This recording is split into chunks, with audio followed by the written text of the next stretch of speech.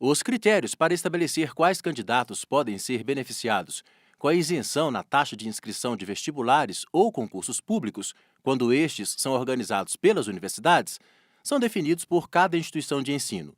No Centro de Seleção e Promoção de Eventos da Universidade de Brasília, o CESP, uma das bancas mais conhecidas do país, as regras variam, mas obedecem a uma premissa geral: a comprovação da carência dos candidatos. Teriam direito à isenção de taxa os candidatos inscritos no CAD único, que é o cadastro único, né, do Ministério do Desenvolvimento Social, e também que sejam membros de família de baixa renda. Normalmente, os documentos que ele tem que apresentar consistem basicamente no NIS, que é o número de identificação social dele, que é o que a gente verifica se realmente ele pertence ao CAD único, e uma declaração de próprio punho dizendo que ele é membro de família de baixa renda, conforme o decreto 6135. Mas aqueles que comprovadamente não têm condições financeiras de pagar pela participação em vestibulares ou concursos organizados por instituições públicas, nem sempre conseguem efetivar as inscrições com facilidade. Na Universidade Federal do Pará, por exemplo, um candidato carente se sentiu prejudicado, porque um edital que interessava a ele não previa a isenção de taxa.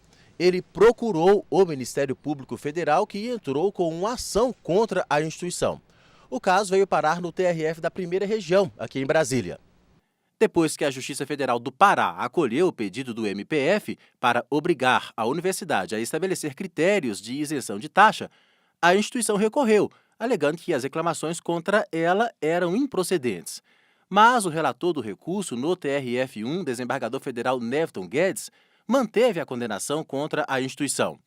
Na decisão, ele explicou que a isenção do pagamento de taxa de inscrição em concurso público para as pessoas que se declaram hipossuficientes está prevista na Lei 8.112 de 90 e no artigo 37, inciso 1 da Constituição Federal. Segundo o magistrado, as universidades não têm autonomia para decidir sobre o tema e o critério geral da gratuidade para candidatos comprovadamente carentes deve ser seguido por toda a administração pública.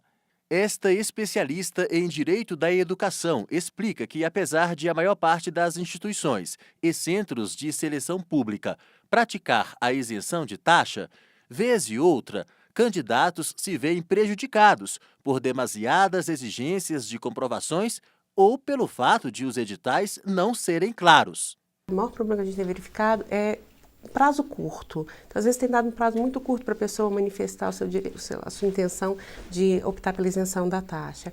E aí, às vezes, também um probleminha de comunicação da informação de indeferimento, às vezes a pessoa não está acompanhando, não tem condições de acompanhar. O caminho para fazer valer os direitos e evitar ser prejudicado é prestar atenção nos editais e nas regras de isenção de taxa e denunciar quando se sentir prejudicado.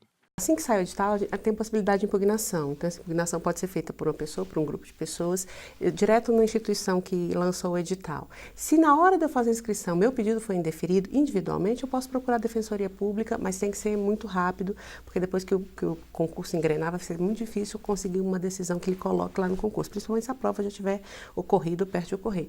E se for a falha geral do edital, que não foi corrigida através da impugnação, o Ministério Público tem a condição de entrar com a ação civil pública e promover a possibilidade da isenção ser concedida em nível geral.